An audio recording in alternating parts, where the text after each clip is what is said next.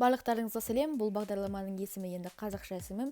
Сіздермен бірге аяулым. Бүгін сіздермен біз аккаунттың атымен аватаркасы жайлы сөйлесетін боламыз.